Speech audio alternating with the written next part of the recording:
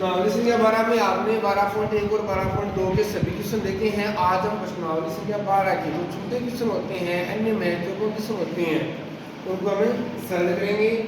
परीक्षा की दृष्टि से सबसे महत्वपूर्ण क्वेश्चन होते हैं। समझा रहे हैं आप? वर्ष 2024 के कक्षा 10 के पैटर्न के अनुसार बड़े क्वेश्चन नहीं आते हैं, इसमें क्या आते हैं, छोटे क्वेश्चन आते हैं, उनको हमें देख लेंगे। पहला क्वेश्चन, यदि किसी शंकु की ऊंचाई और त्रिज्या क्रमशः 12 सेमी और 5 सेमी है तो वक्र पृष्ठ की क्षेत्रफल ज्ञात करो। ऊंचाई आपको कितनी दी गई है? 12 सेमी। h का मान दिया गया आपका 12 सेमी। r का मान कितना दिया गया है? 5 सेमी दिया गया आपका 5 सेमी। आपको शंकु का वक्र पृष्ठ की जरूरत पूछा है।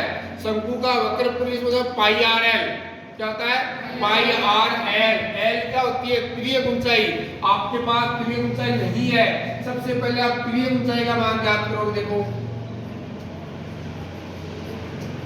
तिर्यक ऊंचाई जो है एल से, एल बराबर होता है under root R square plus S square होता है। ये क्या है?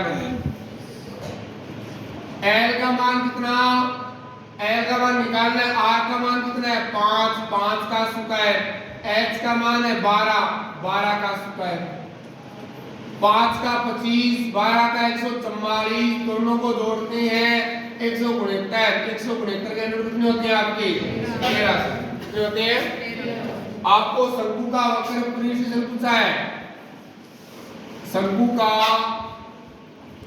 वक्र पृष्ठीय क्षेत्रफल बराबर क्या हो गया? पाई आर एल हो गया। ये आपका पाई आर का मान कितना? 5, एल का मान कितना? 13। 13 बच्चों 65। या गया आपके 65 पाई सेमी स्क्वायर। 65 पाई सेमी स्क्वायर। बोलो को डाउट? को डाउट नहीं? देखो दूसरा क्वेश्चन, दो गोलों की त्रिज्याएं क्रमशः r1 2r है तो उनके आयतन का अनुपात ज्ञात करो। दो गोले हैं, उनकी त्रिज्याओं का अनुपात दिया गया। आपको त्रिज्याएं दी गई है, अनुपात में दिया है, त्रिज्याएं दी गई है। एक का r दी गई है, दूसरे का दी गई है 2r। उनके आयतन का क्या पूछा आपको? अनुपात पूछा। कैसे आगे देखो, पहले गोले की त्रिज्या आपका पहला गोला है, इसकी आपने त्रिज्या क्या मान ली? r मान ली। कितनी आपकी? r है। दूसरे गोले की त्रिज्या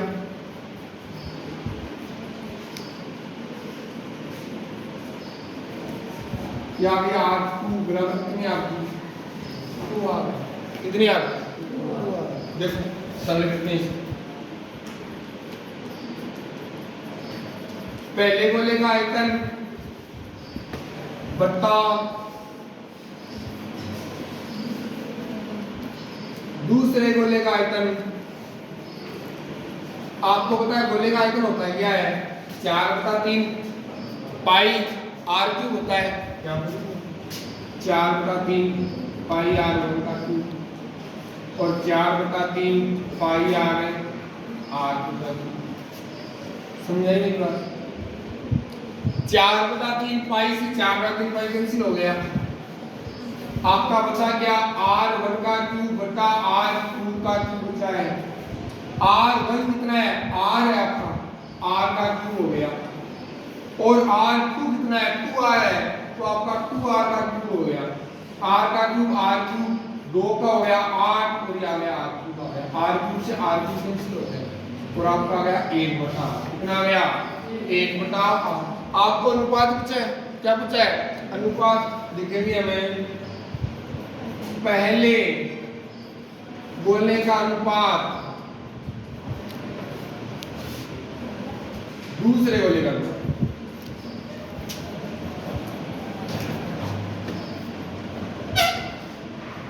पहले गोले का आयतन का अनुपात, पहले गोले का आयतन का अनुपात दूसरे गोले का आयतन बराबर हो गया 1:। कितना हो गया? 1:। समझ आ रही है बात? तीसरा देखो, यदि एक अर्धगोले का संपूर्ण पृष्ठीय क्षेत्रफल 48 पाई वर्ग सेमी है तो उसकी त्रिज्या ज्ञात करो।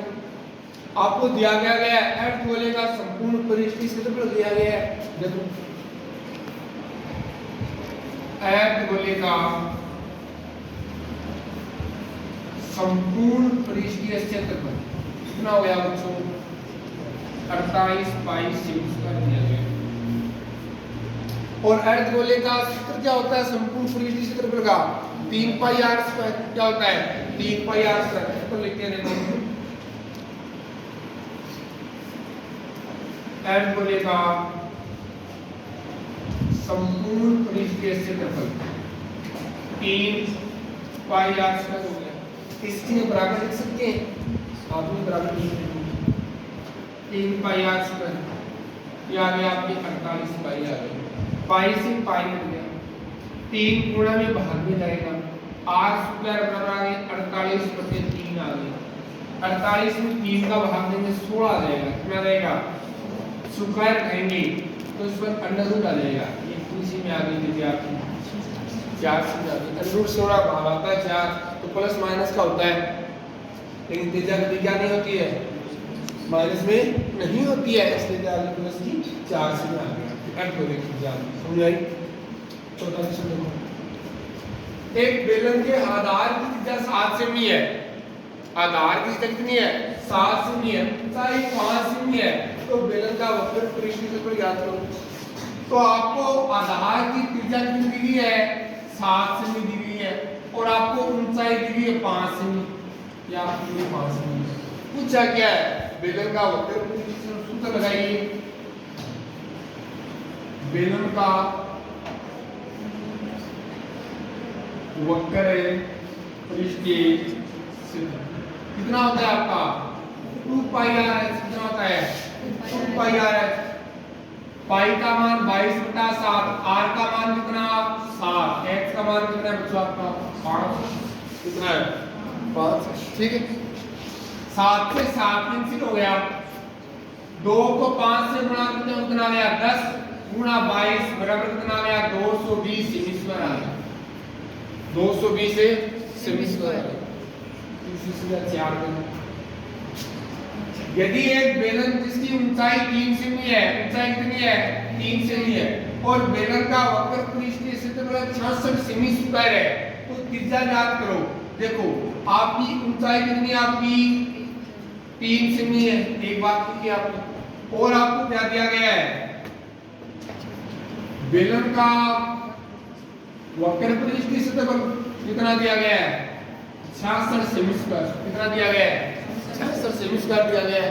तो बेलन का वक्र पृष्ठीय क्षेत्रफल सूत्र क्या होता है देखो बेलन का वक्र पृष्ठीय क्षेत्रफल बराबर होता है आपका 2 पाई r h। इस सूत्र के बराबर में लिख सकते हैं आप बराबर देखो 2 पाई r h बराबर लिखेंगे 66 ठीक है।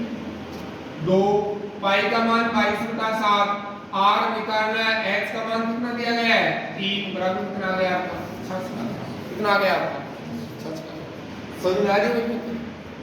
अब देखो ये r का मान निकालना है ध्यान से सुनना है r का मान निकालना है। ये 66 इधर है 7 भाग में ये तो किसमें आ जाएगा गुणा में आ जाएगा लेकिन ये 2 22 3 ये किसमें जाएंगे भाग में जाएंगे जाके 2 गुना 22 गुना 3 आ गया काट लो इससे काटते कितना आ गया 22 22 से 22 को काट लो ये आ गया 7 बटा 2 7 में 2 का भाग में कितना आ जाएगा 3.5 आ जाएगा 3.5 समझे इसमें अच्छा है।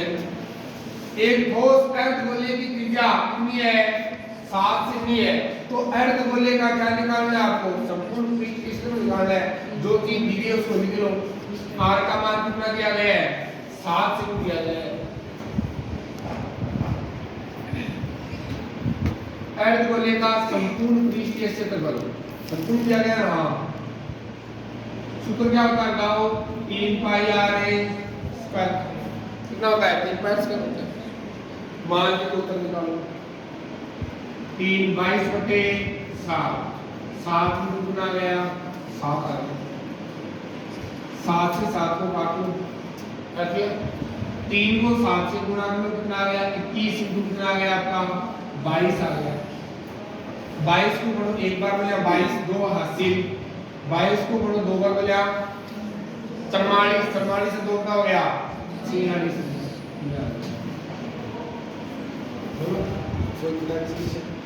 इनको आगे देखें। जब वो आगे देखते हैं क्वेश्चन आपने देखे हैं 7वां क्वेश्चन देखो। किसी शंकु की ढाल या तिर्यक लंबाई 5 सेमी है ऊंचाई 4 सेमी है तो उसका व्यास ज्ञात कीजिए।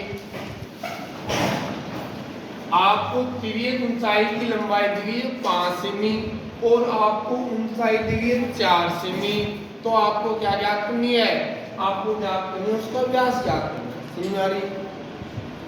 यह है आर एल एच ये तीनों त्रिज्या ऊंचाई तिर्यक ऊंचाई ये शंकु में है और इन तीनों के बीच में एक संबंध है एल स्क्वायर बराबर है R square plus S square. देखो ध्यान से एल का मान दिया गया 5 सेमी ठीक है जी। एच का मान दिया गया 4 सेमी। इन तीनों के बीच में संबंध है एल स्क्वायर बराबर R square plus S square. आपको ज्ञात करनी है पहले त्रिज्या। त्रिज्या को हम एक तरफ रखते हैं तो एल स्क्वायर इस एस स्क्वायर को इधर लेते हैं किसका हो गया ये माइनस का हो गया किसका हो गया ये माइनस का हो गया। तो इसका स्क्वायर आर का इसका स्क्वायर हटाते हैं तो ये आ गया एल स्क्वायर माइनस क्या आ गया आपका एस जैसे याद हो। एल का मान कितना 5 ये 5 का स्क्वायर एच का कितना 4 का स्क्वायर आ गया। ये हो गया 25 माइनस 16 बराबर कितना हो गया आपका 9 का कितना हो गया बच्चों 30 कितना हो गया। लेकिन आपका व्यास नहीं आया त्रिज्या ये है। व्यास त्रिज्या क्या होता है दुगुना और त्रिज्या व्यास क्या होती है आधी तो इसका व्यास जो बचा है जो कितना लेगा 6 कितना लेगा 6 सेमी। आगे देखो एक गोले का व्यास 6 सेमी है तो गोले का आयतन ज्ञात कीजिए पाई में दीजिए। तो व्यास दिया गया देखो 6 सेमी तो त्रिज्या कितनी आ गई इसकी 3 सेमी आ गई कितनी आ गई। और गोले का आयतन होता कितना है सूत्र बोलो 4/3 पाई आर क्यूब होता है सही है। मान लिखिए देखो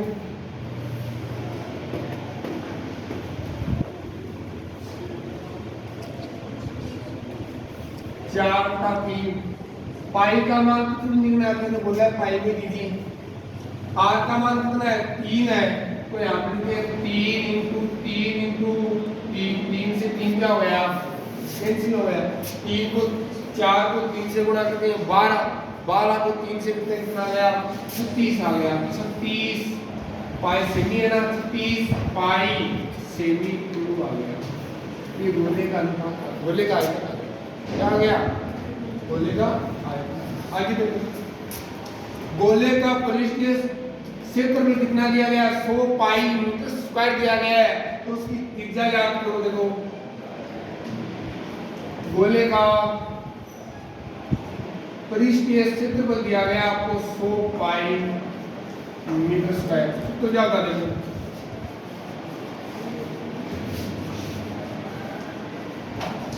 सूत्र होता है आपका 4 पाई आर स्क्वायर कितना होता है इसके बराबर लिख सकते हैं बराबर लिखते हैं आप 4 पाई आर स्क्वायर बराबर है 100 पाई कितना लिखा पाई से पाई क्या हो गया 4 का भाग हो जाएगा आर स्क्वायर बराबर रहेगा 100/4 100 में 4 का भाग कितना आ गया 25 आ गया। स्क्वायर करते हैं इस पर क्या आ गया बच्चों आपका अंडर रूट आ गया कितना आ गया आपका 5 गोली कितनी आ गई आपसे 5। अब जो दो क्वेश्चन एक ही क्वेश्चन है देखो और इसी तरह के हम कल कम से कम 5-10 क्वेश्चन और देखेंगे। जरूर कल आप पढ़ते हैं 10वां देखो, एक बेलन और एक शंकु का आधार और ऊंचाई समान है तो आयतन का अनुपात ज्ञात करो।